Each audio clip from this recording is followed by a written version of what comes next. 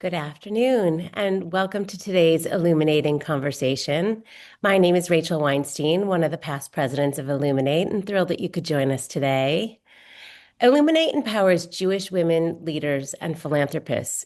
And in that spirit, I'm delighted to sit in conversation today with one of the fabulous leaders in our network, Rabba Daphne Lazar Price, former executive director of the Jewish Orthodox Feminist Alliance, otherwise known as JOFA, whose mission is to expand women's rights and opportunities within the framework of halacha, or Jewish law, to build a vibrant and equitable Orthodox community.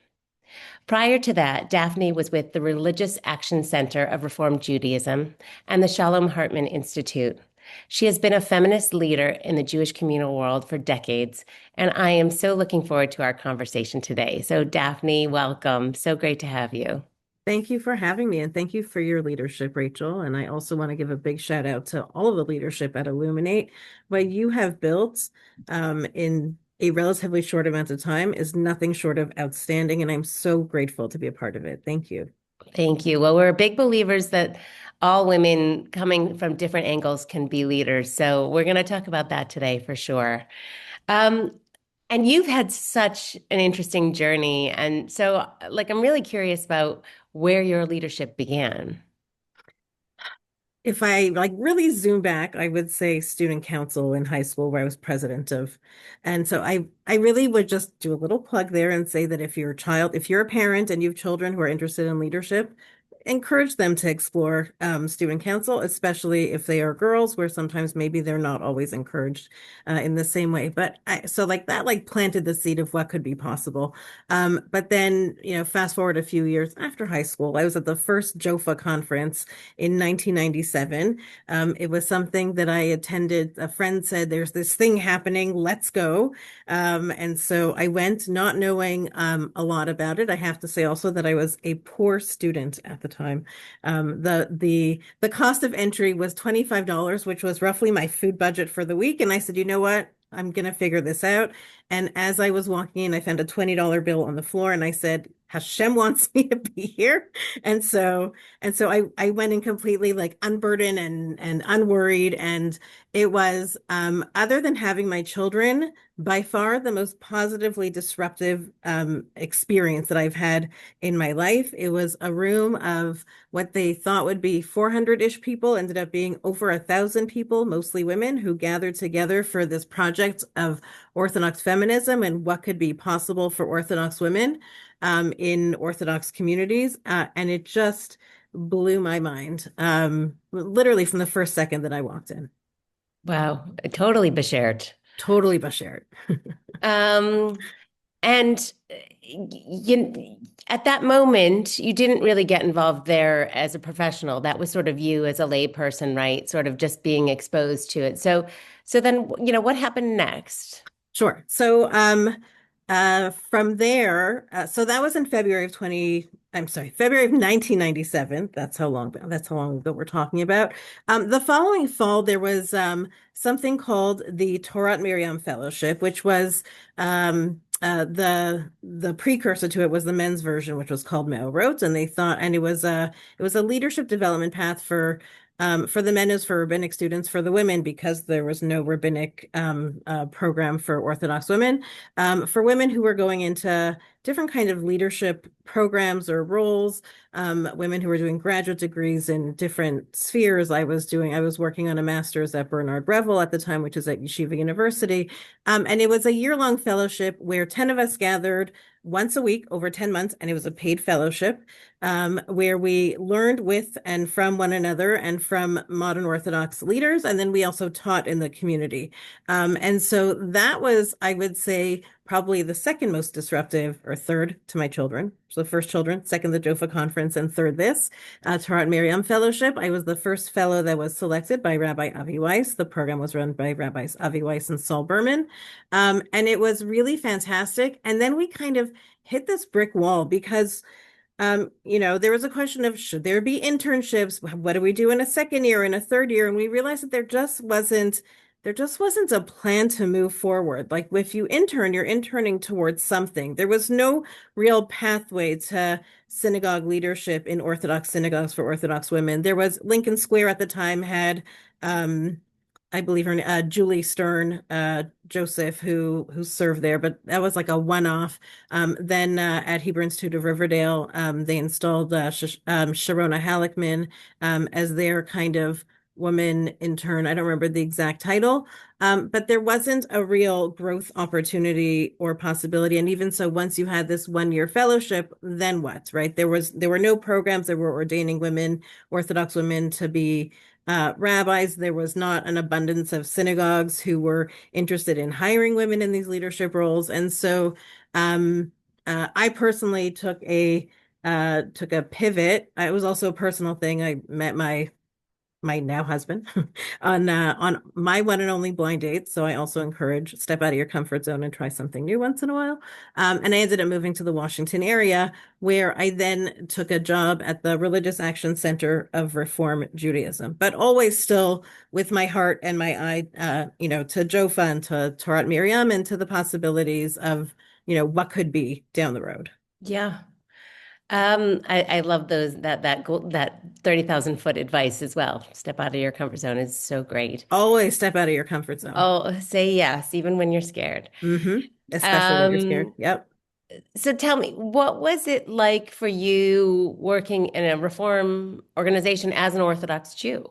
Sure. So, the running joke is that I was Reformed by day and Orthodox by night when everybody said it'd be more fun the other way around. The truth is, I was a Jewish history major, and I had only known Reformed Jews really academically. I'd never, I'm sure that there were Reformed Jews when I went to York University in Toronto and did my undergraduate studies in Jewish history, and the same also when I did my master's degree at Concordia in Montreal. But there was like everybody's kind of tribal and siloed. And so I'd never really known any Reform Jews, certainly not any Reform leadership.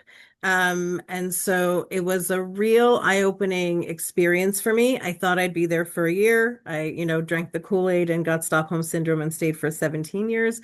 But it was a real learning experience.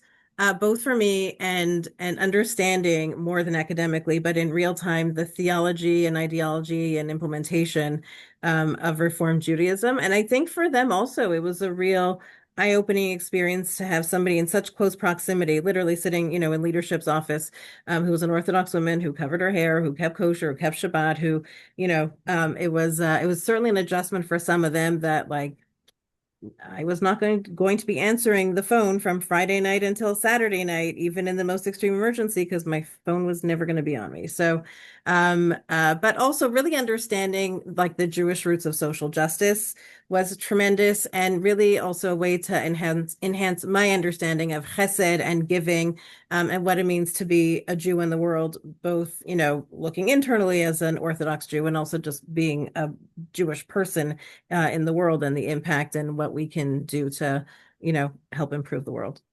Yeah, how the Jewish community would so benefit to continue to be in that proximity to each other, which I don't think always happens, but it Uh, definitely happens at Illuminate. it certainly happens at Elluminate. It certainly happens at Elluminate. Yeah, yeah, That was, I would say, one of the great benefits to Elluminate is that it really introduced me to other women leading through a gender-based lens, and who I'd not come across before, whether they were in North America or in Israel. So we yeah, can talk more about that. for sure. Yeah. So then how did you get back to Jofa? When did that happen and how did that happen? So as technology improved, because again, in the 90s, not everybody had email, not everybody had internet. We are of that generation who bridges, letter writing, literally letter writing, and Yeah, then faxing, and then email. We've done it all. So once technology improved, I was able to reconnect better to Jofa. I think I was always on the mailing list. But I would write for them. If there was a program happening in DC, I would attend. I would try and go to New York. But it was something that was always close to my heart.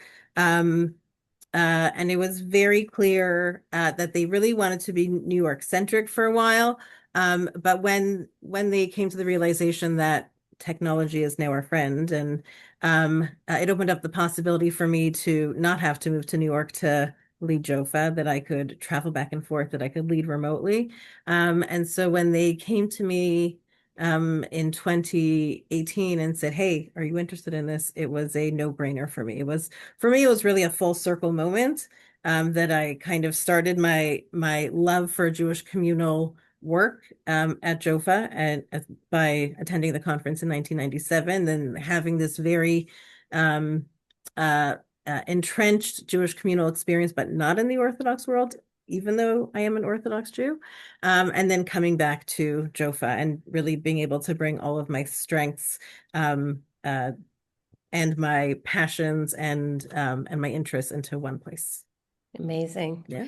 And for those who aren't familiar, again, I'm just going to reiterate that JOFA is Jewish Orthodox Feminist Alliance. And so I think one question that especially that people often grapple with, I think Jewish women grapple with, is like, how do you navigate feminism in an Orthodox world where, uh, inherently, at least on paper, there's this incredible tension? Yeah, some would say that there's a dissonance, and sometimes there is. I'll say two things. It's sometimes hard to be a feminist in the Orthodox world. I think also it's just hard to be a feminist in the world. And True. I think that both are true. Look, uh, unfortunately, a lot of the realization of Orthodox feminism comes from pain points and from external pressure. And so when you're if you're a mother of daughters, or even if, a woman yourself, and you experience challenges because so much of religion in general is patriarchal, and Orthodoxy in particular is patriarchal. And so how you rectify that as somebody who believes in tradition and believes in participating in ritual, and wants to be a proud feminist. And so there's a lot of educating of the self that has to take place, and educating of others of why that's not always a dissonance. Sometimes there are boundaries, and that's within the framework of halacha, but so many times it has to do with fear of feminism. And then you have this external pressure of people, both Orthodox and not Orthodox, saying, how Orthodox can she be if she identifies as feminist? And the answer is, you can be Orthodox and you can be feminist at the same time. One doesn't have to take away from the other. I actually think that like each enhances the other, and really, like, to be fully enmeshed and aware of Jewish tradition, and to be um, a full person in the world and in my community, I think is the best of all worlds. And I encourage people to think through the hard questions. And sometimes it's just easy to reject and say, "Oh, Orthodoxy says this, and so it's not for me," which it may not be, but sometimes more deeper learning and understanding, um and being a part of that halachic system, the Jewish legal system, really enhances it for everyone. Yeah. And I imagine sitting at the intersection of those identities, right? There, the Orthodox who say she's not Orthodox enough, but there's probably, of the Jewish feminists, more progressive, or more secular, culturally Jewish community, pushing, like, can there really be change in the Orthodox world? And like, and so I'm sure you're getting it from both sides. From both sides. I definitely. I also just want to share a sweet anecdotal moment that happened at the Illuminate retreat, that was a private moment, but we'll make public. And that is when Rabbi Mary Zamor is the CEO of the Women's Rabbinic Network, which is the Reform Movement's network. Um, uh, yes, and I did the closing blessing for the Illuminate retreat and launching of the Illuminate Global Network. And it was something that I suspect, without having asked her 20 years ago or 30 years ago, neither one of us would have thought would have been remotely possible that it could be. And it just goes to show that when you bring women together to do the right thing, that we do the right thing. I love that moment. I have a similar moment from Illuminate that also showcased that when we did a panel several years ago, where Rabba Sarah from Yeshiva Maharat and Jody from 18 Doors, which is an interfaith organization, organization that works with interfaith families, did a panel together on belonging in the Jewish community and sat there together, both with shared perspective and different perspective. But when would they have ever been on a panel like that? But they were at Illuminate. So we digress, but a moment to celebrate in terms of the spaces that Illuminate's creating. Absolutely. Um, just to go back a little bit, tell us a little bit about the work that JOFA is doing and sort of how that's grown and expanded in the 7 years that you were there. Sure. So I joined in February of 2019. So it was pre-COVID, pre-October 7. And so the goals were clear. The goals have always been clear. It's been about expanding, women's rights and opportunities within the framework of Jewish law, both in Orthodox communities and also outside of Orthodox communities, really showcasing women's leadership. But for JOFA, a lot of the work has to do with uh, education, about women's engagement in ritual. And so we've seen tremendous growth of whether it's women participating in Simchat Torah, dancing with the Sefer Torah, teaching on Shavuot night, the all-night learning, which is the tradition that Shavuot is coming up next week. And I would say most significantly, we've seen an expansion of women reading Megillat Esther, which is what we read on Purim, and that's become a real gateway for women's ritual inclusion and leadership, both in synagogues and in homes and just in communities, not just in North America, around the world. There are over 100 women-led or mixed-led Megillah readings, which for whatever reason has been a lower barrier and less stigma than, let's say, a woman holding a Sefer Torah or a woman reading from a Sefer Torah itself. But that gateway has opened up the opportunity for these other possibilities, including women reading from a Sefer Torah. And so we've just seen that growth tremendously. We invest in women's leadership, not just certainly in synagogue life. So for 6 years, JOFA had a partnership with Micah Philanthropies where we funded Orthodox synagogues to hire Orthodox spiritual women leaders for first-time roles, and that has changed facts on the ground tremendously. That has encouraged other synagogues to kind of step out of their fear zone and say, because so much of what drives the pushback against Orthodox feminism is this fear of if we let the women, then what does that do to Orthodoxy? And the answer is it makes Orthodoxy better.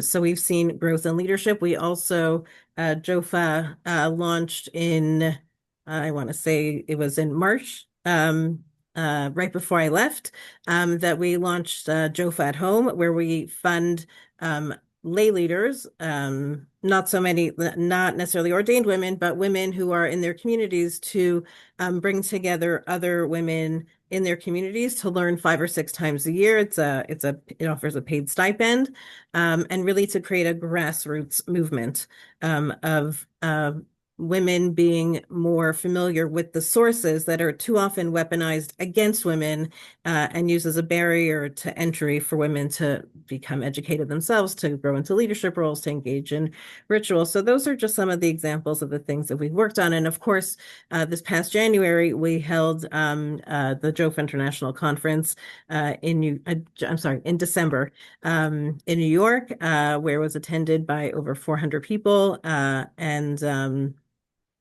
people are still talking about it, and there's still so much to learn from it. I believe that on the JOFA YouTube site, you can find the recordings from the conference. So Oh, those are available.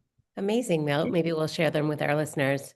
Sounds great. Um, if I'm not mistaken, JOFA also does some public advocacy. Is that right? Yes, JOFA, thank you for saying that. JOFA is the only Orthodox organization that has been front and center on reproductive justice issues. But even before Dobbs was decided in 2022, when I joined the JOFA team in February of 2019, it was just days after New York passed the the New York Health Reproductive Act, which lifted all restrictions and decriminalized anything to do with abortion access. And we were the only Orthodox organization celebrating it. All of the male-led Orthodox organizations criticized it significantly in a way that really made us wonder why women would approach male rabbis for pastoral guidance or for halachic guidance if they needed to terminate their pregnancy. But certainly since that time and since Dobbs, Jofa has participated in dozens of Friends of the Court briefs and have been publicly outspoken in support of reproductive justice and access, medical health care access for women at whatever stage of pregnancy that they need it. Amazing. And when you talk about education and learning, you're not only talking about, Jewish learning, you're talking about education around other issues as well as health issues outside of reproductive justice as Absolutely. So well. one of the things that we are experiencing in the Orthodox community is what we call the Haredi creep from the right, which has to do with the erasure of women's images and faces, names from the public sphere. And then also, it isn't just offensive in that way and halachically wrong, but it also creeps into healthcare concerns like breast health and women's cancer, um, cancers related to women's bodies. And so if you stop talking about that, then nobody knows to do the screenings and the checks and to ask the questions. And so that's actually really harmful to women's bodies. So that's certainly on the public advocacy side, on the healthcare side. And then the other place that there's this constant drumbeat, which in ebbs and flows, we see more and more movements to finding supports and solutions, is on the Aguna crisis, where women are trapped in marriages because their husbands won't give them a Jewish writ of divorce. In Orthodox, in halacha, the man has to issue the divorce in order for the divorce to be accepted. There is no mechanism for her to issue the divorce. However, there are other halachic solutions that would extract them from being married. And so it would make the need for the divorce null and void. And that requires a lot of education and a lot of courage to be able to do it in a public and systemic way. But we're getting Yeah. there. And I assume like on that kind of work, you're partnering with other organizations, presumably also Keshet Star, who is a member of Yes. our So collective as yes. well. So for sure. So Jofa partners with Chochma Nashim. Shoshana Keats Jaskol is also Yeah. a member of the collective, a jewel. Keshet Star for sure when she was at ORA, but even, there's still conversations now that she's a Shalom Task Force. And of course, we welcome collaboration with everybody. The other organization that I'll just say that's not part of the collective is the International Beit Din, which if you are a woman who's experiencing trouble getting a Jewish divorce, I really encourage you to reach out to them also. They have been very successful in helping to free over 300 women who have been trapped in marriages. Yeah, amazing. Good resource. Just to shift gears a little because it looms large and it still has a hold. How did the events of October 7th impact your work and moreover the Orthodox Jewish community, I'd like to say. Yeah. Um, so I will just say on a personal note, I was in Israel on October 7th, and so that took a very specific toll on me. And my family and I stayed in Israel for about another 2 weeks until we returned home. It made it hard to really focus on the work. Um, and I think that a lot of organizations dealt with mission drift, and while trying to stay relevant in the work that we do. So I'll say a couple things came from that. We participated in the day at the UN, where we heard testimony from survivors and witnesses about the sexual violence that women experienced on October 7th. I wrote an op-ed that was published in the JTA about, where our feminist colleagues and allies, in particular in the not Jewish world, and where they went. And then for Jofa, we partnered with Maharat and ran a mission to Israel, where we did a 2.5 day mission, everything through a gender-based lens. It was mostly women, but a handful of men who participated also. And all of them realized that the education that they received about the war, about October 7th, were testimonies that they wouldn't have heard necessarily at that point. At this point, I think we've heard a lot of testimonies, but at that point, would not have heard on other missions. So we actually had Dr. Kochav El-Kayem Levy address our mission, and the 300-page report that she and her team just published came out yesterday or the day before. And so there was that. I think uh I don't know. I'm on a tangent. No, no, no, no. It's, yeah, I Oh, think I'll one of, also say just one more, that Moran Katzenstein, who's in my cohort on the collective, also addressed the mission. She talked about her work at Bonot Alternativa, but also how the women of Bonot Alternativa recognized the need at the time and pivoted and created these kind of centers where they would provide space and resources and actual materials for people who were displaced from the South, from the OTEF. And so that was also really meaningful experience for the mission. So it was a lot of internal reckoning, a lot of what we could do to support others, and what we could learn from others along the way. right. Yes. I think obviously one of the other, things that has come about since October 7th is this rise in anti-Semitism, which, Absolutely. all Jews are concerned about, but may affect the Orthodox community slightly differently than those who are more culturally Jewish or Reform and conservative. Can you talk a little bit about that? Sure. So obviously, first of all, I just want to say that houses of worship, well, shuls in particular, synagogues and temples in particular, have all increased their security.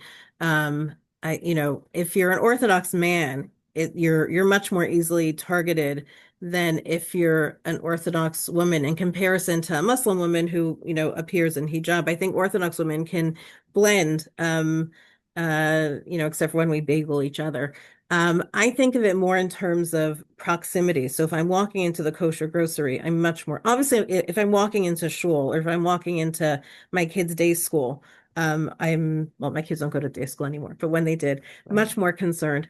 But it also has to do with the kosher grocery. If you're, I'm sad to say, and it's important to note that this week marks the 1 year anniversary of the murders of Sarah Milgram and Yoram Lashinsky. And they were two Jewish people who were walking out of the Jewish museum. The person who murdered them um, didn't know that they worked for the embassy. They were not Orthodox appearing. I, you know, I'm not going to say anything about their religious affiliation, but they certainly were not part of the Orthodox community. I think that I think it's really hard to be a Jew in the world today, and I think if you're outwardly identifying, again, I think that I for one, I think I blend as an Orthodox woman, or I blend as a person wherever I am, not necessarily as an Orthodox woman per se, but when I would be in New York and I would have my hostage tags or my yellow ribbon clipped to my jacket, there were times on the subway that I was uncomfortable and tuck them under. Um, but also, if you're following the news and you see the protests happening out of day schools today, it is a scary time to be a Jewish person in the world. I would agree. Very sad and scary. And yet, in this moment when it's so hard, you've done an incredible thing and you have just been ordained as a rabbi. Congratulations. Thank you, thank you. When did you decide that you wanted to take that path? So I think I always wanted to. Um, I'll just start with a cute story. When I was in grade one, as we say in Canada, and we were having our Siddur party, and there was going to be a play, and the teacher said, "Who wants to be the rabbi?" And all the boys raised their hand, and me. And so I got the part. So Love it. yes. Um, so that, I'm not going to say that that planted the seed, but like it never dawned on me that women couldn't be rabbis until I realized that women weren't rabbis. Also, like back then, they really were not, Elise Goldstein was probably ordained around that time from Hebrew Union College, but there was not an abundance of women who were rabbis in general. The whole project of women as rabbis is relatively new. Um, and so, but anyway, there was always this like possibility in my head, especially once I did this fellowship of Torah Miriam, that I was like, wow, this is something that I think that I would like to do, not necessarily take a pulpit, but to be able to spend time to learn the texts in depth, with other women was really an exciting project for me, or as a possibility. Yeshivat Maharat opened, but it was like still too distant to dream because we had not yet fully embraced the possibility of like what do we call it back then? Skype technology. Right now we Zoom. Right, right, Then it was right. Skype. And then they opened up this track that called the executive track, that was existed for a number of years. It was designed for women who were already in the workforce, or for women like me for whom going to rabbinic school in my 20s didn't exist as a possibility. And then when they announced that they were sunsetting it, I was like, gee, Daphne, it's now or never. And so it was now. And I graduated this past June. So almost exactly a year ago. Our graduation was stupendous. There were 25 women who were ordained last summer, uh, bringing the total to 100 graduates of Yeshivat Maharat, which is a really, really, really incredible accomplishment for Rabba Sarah and the whole team at Yeshivat Maharat. It's a real privilege for me to count myself as the alumni and to have engaged in in-depth learning and to continue to learn and to teach. Yeah, well, we're equally proud because Illuminate, as formerly the Jewish Women's Foundation, was at the very beginning of funding Yeshivat Maharat when there Mhm. were just, like not even a handful of rabbis being ordained in the first year. And so to hear now that there's over 100, we're also very proud and Yeah. impressed and inspired. Hmm. And that, being ordained also aligned with a professional transition for you because you have, as of December, just decided to step down as the executive director of JOFA. So, was that always the plan, or did it just sort of, when you got to that moment, you're like, it's time? How did that all come about? Um, so first I stepped in March, just a quick correction. Oh, okay. That's okay. And only because, people are watching. Oh, yes, of course. Thank you for. You know what? 7 years is a long time of real, as I call it, kishka churning work. Um, it is so deeply personal. I will say, whether you're a participant, you're staff, you're a board member, I've been involved in so many Jewish organizations throughout my 30-ish year career in Jewish communal life. And there is nothing that is more that I've seen or experienced that's more deeply personal than the work of JOFA. It impacts ourselves, our mothers, our daughters, our sisters, our grandmothers, our future generations, and a way that really helps to shape orthodoxy. And I did my best for 7 years, and then it was just also time to step aside and have somebody else pick up and continue to build on the work. There's still so much important work to do. Um, I've loved every second of it. Jofa is so near and dear to my heart, and it has been an honor to be in leadership there for 7 years. And, as you take this pause to sort of catch your breath, are you beginning to give some thought to how you'd like to apply your leadership going forward? Yeah. So let me just say also that I did something else, I guess it's 12 or 13 years ago. And that is that I took on a role as adjunct professor of Jewish law at Georgetown University Law Center, where I teach Jewish law. It was a position that became open and available to me after my old boss, Rabbi David Saperstein, was appointed to the State Department. He was one of the adjunct professors there. There was a second professor who was a tenured professor named Sherman Cohen, who unfortunately passed away last year. The third adjunct professor was Barry Freundel, who was sent to jail at the same time for putting cameras into the women's mikveh. So both Rabbi Saperstein and Freundel could no longer hold the position for very different reasons, a very different kind of um, political maneuvers, appointments. Um, and so Sherman Cohen said, Daphne, come teach the class with me. And at the time, I have to say, I had tremendous social anxiety being in front of a crowd. Um, and I said, you know what? Let me give this a go. This is stuff that I know in my sleep. I can teach this. I can improve my own knowledge.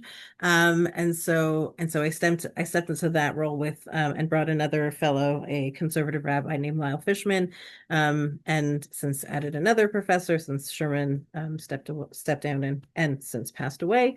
Um, uh, and so I'm still doing that. I'm actually in the middle of grading papers right now, but being able to continue to shape the minds of rising leaders, whether or not they know that they're rising leaders, this is the class I don't think they're soon gonna forget, no matter whether they came from a yeshiva setting or from a reform Sunday school, where they ended their Jewish education at bar mitzvah confirmation.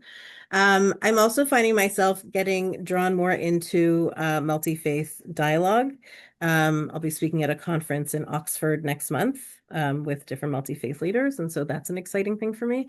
But my heart is still in building and improving feminism in the Orthodox community, in the Jewish community, in the world. I think that unfortunately, even though there's been such a rise of anti-Semitism and marginalizing of Jewish women's groups, we're at a moment where women's health rights are being challenged now at the Supreme Court again, and I think that more is more. And I don't know how we get around this albatross of anti-Semitism that is real and threatening and dangerous and painful. But I think this is a bad time to be splitting up the women's community. I couldn't agree more. I know you've also been writing a lot and publishing. What have you been most proud about? Oh, there was a piece in EJP I guess now it's like 2 months ago or so, where they highlighted where in their major gift section, normally it's this foundation gave a $10 million gift to name this chair in their honor or something like that. Yeah. And this was an announcement of a gift it was under major gifts, and the language was Israeli women have so far donated 12 gallons of breast milk through the Sussman Family Foundation Human Milk Bank for nursing mothers who've been called away for reserve duty or other war-related services. And I thought, what an outstanding thing for them to make note of this as a major gift. Anybody who's ever been a nursing mother or who, for whatever reason, isn't nursing but pumping and needs to provide breast milk specifically for their child knows that this is like, I mean, we talk about breast milk as liquid gold. It's really liquid gold.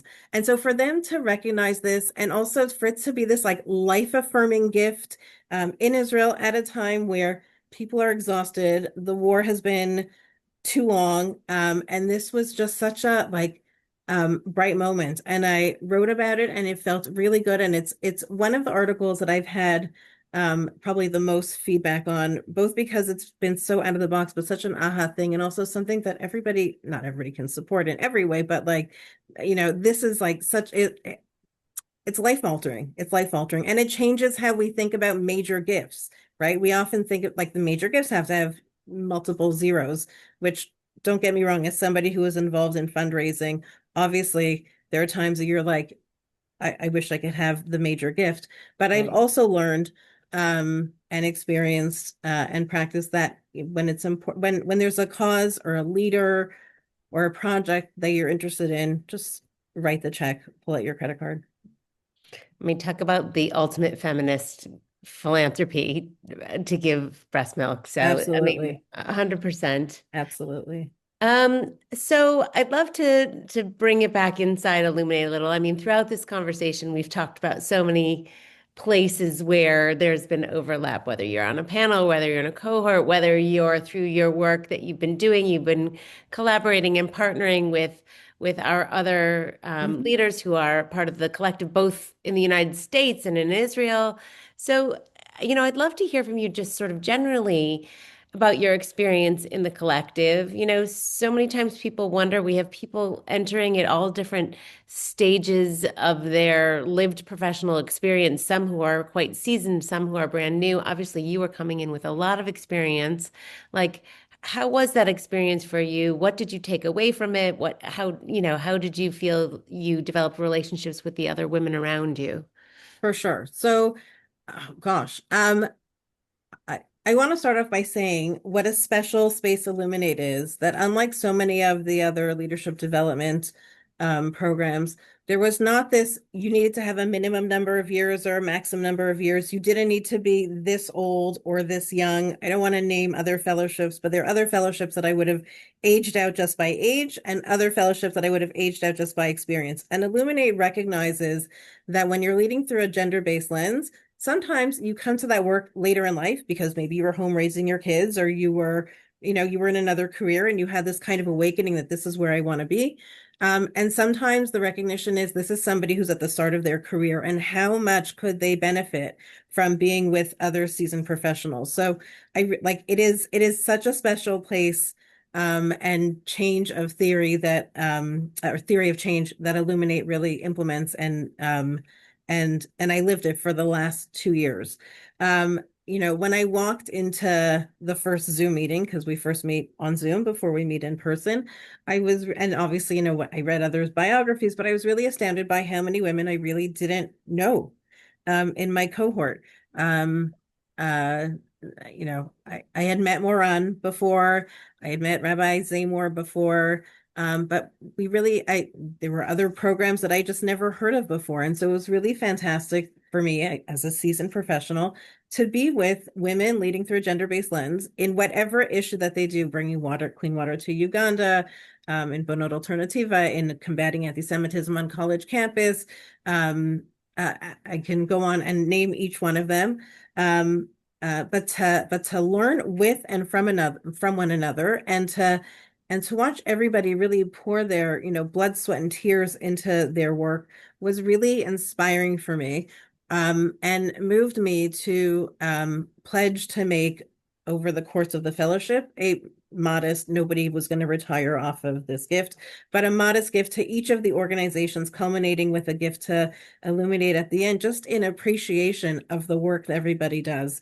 And also, when people invite me, I'm going to be on a Zoom, I'm going to be in DC, can you come to my thing? I'm always so happy to show up in all the places that I can, because I think that it's really important to, when you believe in someone or something or the project, to show up in all the ways that you can.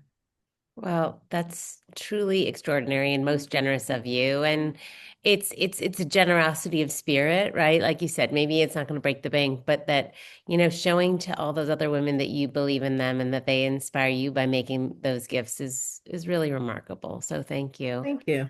It's been such a pleasure talking with you today. I'm so excited to watch you in your next chapter as you and where you're going to crop up and around what issues and around what projects and around what events. And no doubt we will be seeing you often. But thank you so much for sharing today a bit about your professional journey and the work that you've been doing.